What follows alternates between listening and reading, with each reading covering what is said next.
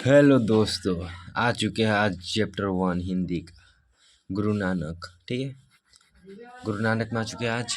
ठीक है, गुरु नानक चैप्टर में आ चुके हैं। जिसको फेयर करने में दिक्कत होता है, फेयर करने में जिसको दिक्कत होता है तो देख सकते हैं प्रश्न 1 से। ठीक है, प्रश्न 1 सबसे पहले क्या कर रहा है, देखो यहाँ पे प्रश्न 1 कह रहा है कि कवि कवि किसके बिना जगत में जन्म को व्यर्थ मानता है। ठीक है, प्रश्न 1 ही है ये, इसके आंसर दिखाते हैं, रुक जाइए।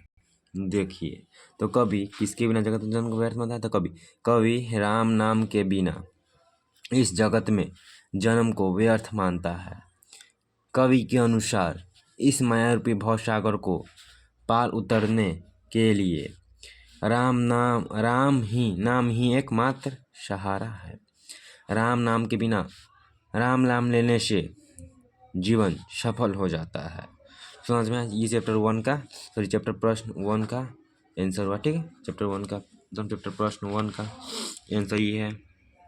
अब सेकेंड प्रश्न क्या कर रहा है, देखो यहाँ सेकेंड प्रश्न कह रहा है कि वाणी कब विष के समान हो जाता है। ठीक है, तो वाणी कब विष के समान होता है, जब व्यक्ति राम का नाम नहीं लेता है तो वाणी विष के समान हो जाता है।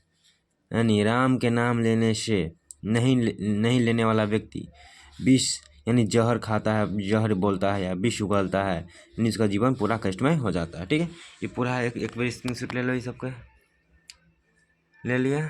ठीक है, अब प्रश्न 3 में। ठीक है, प्रश्न 3 में चलते हैं। अब 3 में क्या थी कर रहा है, तो देखो प्रश्न 3 में क्या कर रहा है कि नाम कीर्तन के आगे कवि किन किन कर्मों का व्यर्थ सिद्ध करता है। ठीक है, तो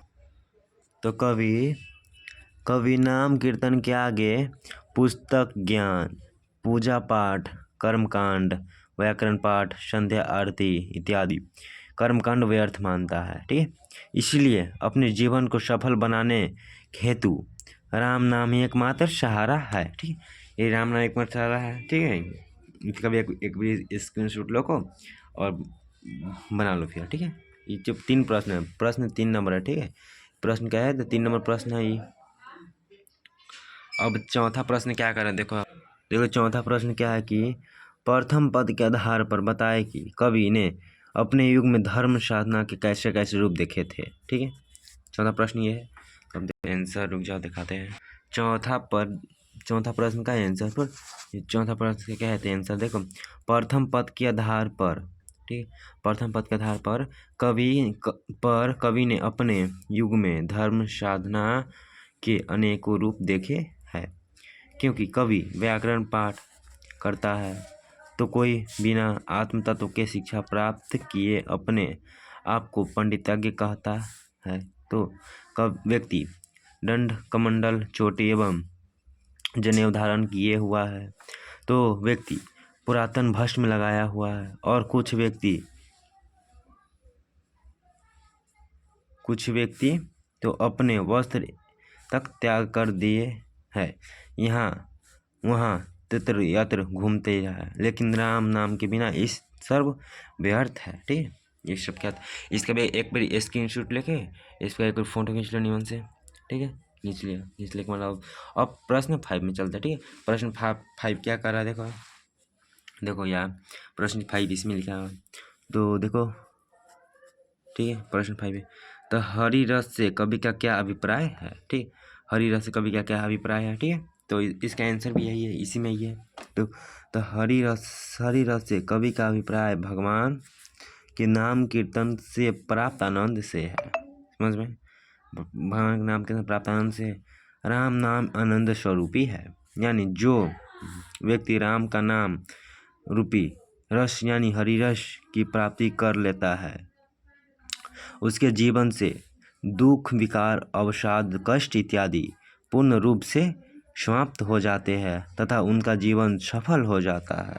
तो समझ में, देखो ये एक बार इसका भी स्क्रीनशॉट लेकर इसे फेयर बना लो। ठीक, ये तो मोबाइल हमसे हिल जाता है तो थोड़ा इधर चल जाता है। ठीक है, एक लिए वीडियो बना रहे हैं ना। ठीक है, अब देखो छठा प्रश्न क्या कर रहा है, छठा प्रश्न कर रहा है कि कवि के दृष्टि में ब्राह्मण का निवास कहाँ है। ठीक है, कवि के दृष्टि में ब्राह्मण का निवास कहाँ है। ठीक है, कवि के दृष्टि में ब्राह्मण का निवास, तो इसका भी आंसर यही है। देखो कवि के दृष्टि ब्राह्मण के नमस्कार है। ठीक है, जिस व्यक्ति के हृदय में काम, क्रोध, लोभ, अहंकार इत्यादि नहीं रहता है, ठीक है, उसी व्यक्ति के हृदय में ब्राह्मण यानी परम पिता परमेश्वर का निवास होता है।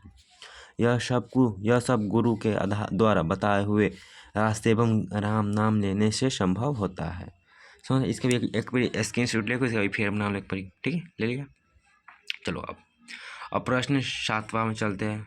ठीक है, प्रश्न 7 क्या कर रहा है, तो गुरु के कृपा से किस व्यक्ति की पहचान होती है। ठीक है, तो जिस व्यक्ति पर गुरु की कृपा हो जाती है वह उस व्यक्ति के हृदय से काम, क्रोध, लोभ, मोह, निंदा, संतृप्ति, अपमान, भाषा, निराशा, मनोरथ इत्यादि धीरे धीरे समाप्त होने लगता है और उसके हृदय रूपी गुफा में ब्राह्मण का निवास हो जाता है और वह व्यक्ति संसारिक मोह माया से विरक्त अलग होकर मोक्ष की प्राप्ति करता है, यानी जन्म मरण से छुटकारा पाकर परमपिता परमेश्वर एकाएक यानी मिल जाता है। समझ, इसका भी एक स्क्रीनशॉट लेके फिर बना लो। ठीक है, प्रश्न 7वां प्रश्न क्या है, 7 प्रश्न है। देखो 8वां प्रश्न क्या है, तो व्याख्या करे राम नाम बिनु अर्जु मेरे। तो प्रस्तुत पंथी हमारे हिंदी पाठ्य पुस्तक गोधली भाग 2 के काव्य खंड के राम नाम बिनु व्यर्थ जगी जन्ना से लिया गया है, जिसकी रचना सिख धर्म के पहले गुरु नानक जी है। वे कहते हैं कि इस माया रूपी सागर को पार उतरने यानी मोक्ष की प्राप्ति का एकमात्र सहारा राम नाम है। कवि कहते हैं कि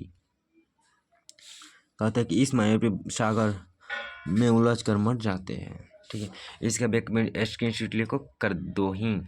ठीक है, अब देखो करल कंचन माटी जाने, तो इसका भी है। तो प्रस्तुत पंक्ति हमारे हिंदी पाठ्य पुस्तक गोधली भाग 2 के काव्य खंड के जो न दुख में दुख नहीं माने से लिया गया है, जिसे कवि गुरु नानक जी है।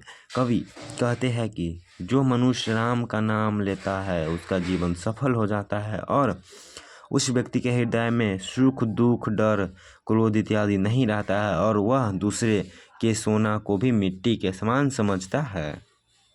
समझ में, इसका भी एक भी स्क्रीनशॉट ले लो। समझ ले लिया। अब क्या कर रहा है कि हरस सोखते रहे नियारो नहीं मान अपमाना, इनका प्रश्न है। ठीक है, अब व्याख्या करेंगे। तो प्रस्तुत पंक्ति हमारे हिंदी पाठ्य पुस्तक गोधली भाग 2 के काव्य खंड के जो न दुख नहीं माने से लिया गया है, जिसके कवि गुरु नानक जी हैं। कवि कहते हैं कि मनुष्य राम का नाम लेता है वह सुख में उतावले और दुख में घबराते नहीं तथा सुख, दुख, मान, अपमान, निंदा, संतृप्ति इत्यादि से विरक्त होकर परम आनंद की प्राप्ति करते हैं। ठीक है, अब क्या है घ प्रश्न। ठीक, नानक लिप भयो गोविंद सोय जो पानी संग पानी। तो प्रस्तुत पंक्ति हमारे हिंदी पाठ्य पुस्तक गोधली भाग 2 के काव्य खंड के जो और दुख में दुख नहीं माने से लिया गया है, जिसके कवि गुरु नानक जी है। वे कहते हैं कि जिस मनुष्य के हृदय में काम, क्रोध, लोभ, मोह, अहंकार इत्यादि नहीं रहता है उसके हृदय में भगवान का निवास होता है और जो व्यक्ति गुरु के बताए हुए रास्ते पर चलता है वह परमपिता परमेश्वर में मिलकर एकाएक होकर जैसे पानी में पानी मिल हो जाते वैसे मोक्ष की प्राप्ति कर लेता है। ठीक, इसमें सीख लेंगे। अब हो गया खत्म।